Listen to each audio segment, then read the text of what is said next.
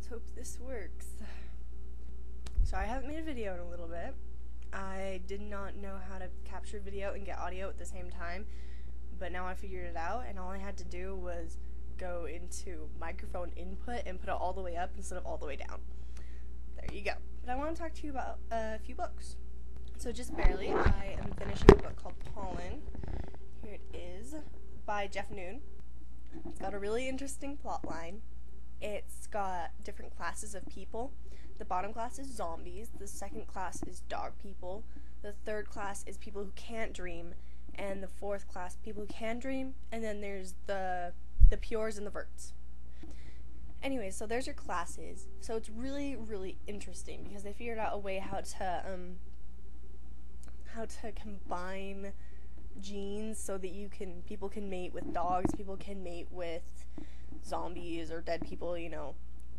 So the plot line is about this cop named Sybil, and she can't dream, but the people who can't dream read minds. So what she does is, after someone has died in a crime scene, she goes and reads their mind to figure out what their last thoughts were before they died, to get the clues. And they have this really mysterious case of all this pollen starts coming down into, like, the city.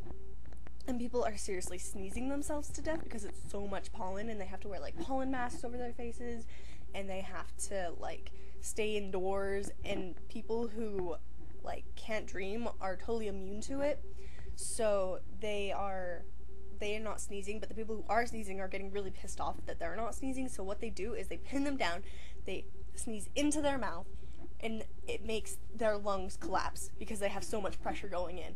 It's really crazy. So there's all these dead people, all these dead dog people and zombies, and yeah, it's good. So I started reading it, and I'm almost done with it. I only have like 50 more pages, but it's really kind of lagging for me.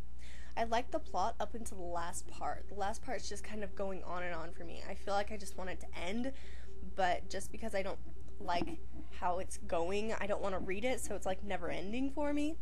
But maybe today I'll just push through it and try to move on to my next book. Which brings me to my next topic of what my next book's going to be. Water for Elephants by Sara and Gruen. And I've heard a lot of good things about this book. It was a bestseller. My sister read it. She really liked it. She said it was really raunchy. But hey, you know, what's wrong with raunchy? Alright, so another thing I wanted to mention was the book that I'm reading in my English class, and that is Their Eyes Were Watching God by Zora Neal Hurston. It's really good so far. It's short, so it's zipping through the plot. My English teacher, we had just finished Crime and Punishment, so she said, you know what, we're going to start something modern next time. So we get this book, I look at the copyright date, and it was published in the 30s, which I just thought was funny because it's not very modern. But I think that English teachers often tend to forget that there's books in the 2000s, the 90s, and the 80s in that time range that are like classics that are really awesome. Like The Kite Runner, and I can't think of any off the top of my head except for The Kite Runner. One last thing is that the other day I went to the thrift store and I got this really cute shirt, the one that I'm wearing right now, and I wanted to show you guys because it makes me happy. Okay, so it doesn't want to work anymore, the camera, so I'm just gonna finish this. Alright, hope you guys have a good day. Thank you for watching, and I'll talk to you later. Bye.